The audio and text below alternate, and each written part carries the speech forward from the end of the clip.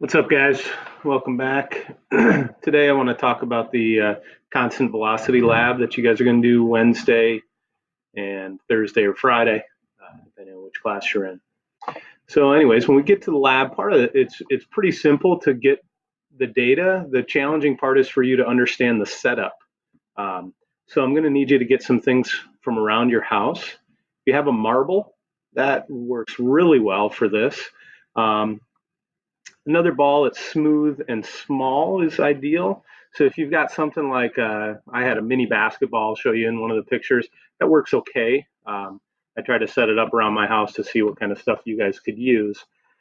So anyways, that's going to be the key thing, is figuring out what you can use there, and then like some kind of small ramp. So I used a 3-ring binder, and then I also used like a pizza box I took out of our recycling for a different setup. A piece of wood, if you have like a straight piece of wood that you can set up at a low incline, that would work well. You'll need a timer, some way to measure some stuff in centimeters. So like I had a tape measure in the garage, so I just use that. A ruler would work if you have something like that as well. You want the floor to be as smooth as possible. So we have wood floors in our kitchen, so I use that. I use a garage floor. Our garage is pretty smooth. And if you can get somebody to help you, that's probably going to be essential. If you get a sibling or parent or somebody who can maybe help you when you release the ball, and then somebody times it. So those will be some key things. So what you're going to want to do, probably about 2 meters is probably good. I put 2 to 3 in there. You'll set up your ramp, and you want a relatively low angle for your ramp, because otherwise it goes really fast for you to record the times. So make sure when you can roll the ball down the ramp that it'll roll the whole length of the track. And so what you can see, so this is like the basic premise.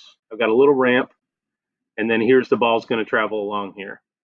So I put the ball on top here, I let it roll down, and then I don't ever, my timing starts when I get to the bottom of the ramp. So I'm going to record how long it takes it to go this first distance. You're going to mark this off into 6 equal distances.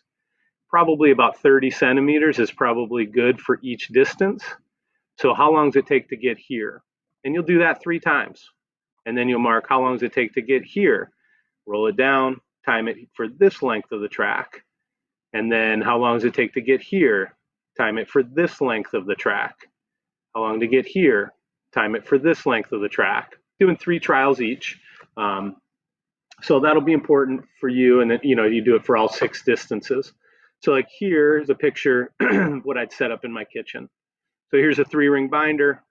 I just used here's my tape measure laid out.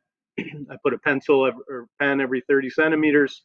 So I would just roll the ball down the ramp, time how long it takes to get here.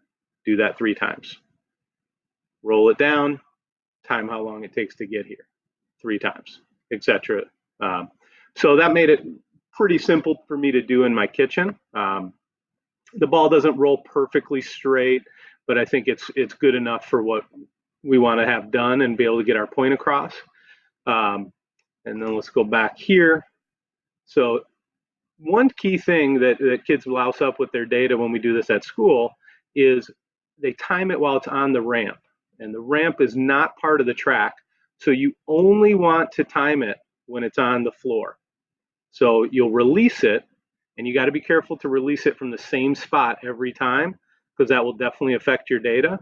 But release it, and then don't start timing till it gets to the floor, and then how long does it take to get to each of those spots. Redo any erroneous trials I said. So like if it takes 0.2 seconds, 0.22 seconds, and then 0.4 seconds, you'd want to redo that 0.4 one. Directions are here. We're going to have to do some graphing with this lab.